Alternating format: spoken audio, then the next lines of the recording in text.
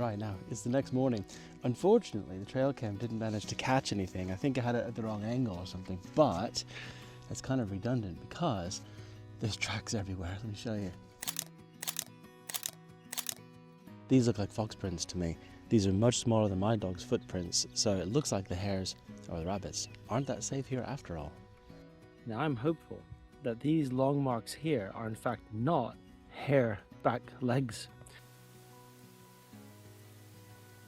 They're in fact fox scrape marks, which give us the illusion of having hare or rabbits on the land. So this could be really good news. Right, hopefully you can see this. As Hazel lifts her foot, she scrapes against the snow like that, meaning that the scrape indicates the direction of travel, even if you can't quite make out the shape of the print. Right, for comparison purposes, Hazel's prints are on the left, and I think a fox print are on the right. In fact, lots of fox prints. Now here's the badger gate from my previous video on how to train a badger. I'll leave a link to it in the description below, but you can see that the snow here is all rucked up. So I'm hoping this indicates lots and lots of traffic going through this badger gate. That's fantastic. Hopefully foxes can come in and out the voles and any hare and rabbits that decide to get in, but also it means that the badgers are able to come and go, and that's fantastic.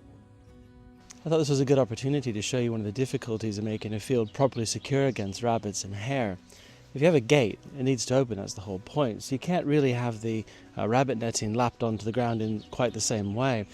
As you open the gate, of course, it needs to slide and move out of the way. So you just sort of squish it on here as best you can. And you can see here in the corner, I've added a bit of extra protection, a few of these offcuts of wood to try to make sure nothing can sneak in on the sides. It's kind of a constant sort of checkup you have to do.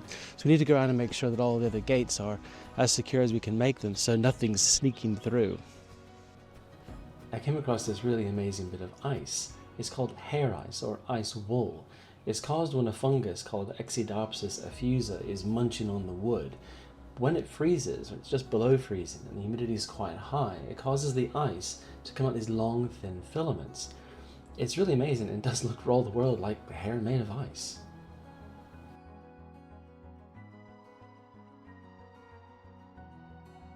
Earlier I was saying how difficult it is to secure a gate properly against hare and rabbits. You can see down here at the bottom, the netting just gets loped onto the ground, and as you can see here, something has pushed its way underneath. You can see sort of scrape marks in the snow.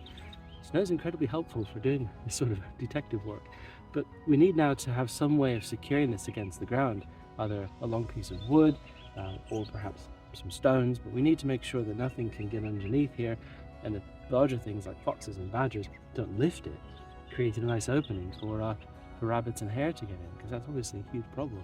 So another challenge.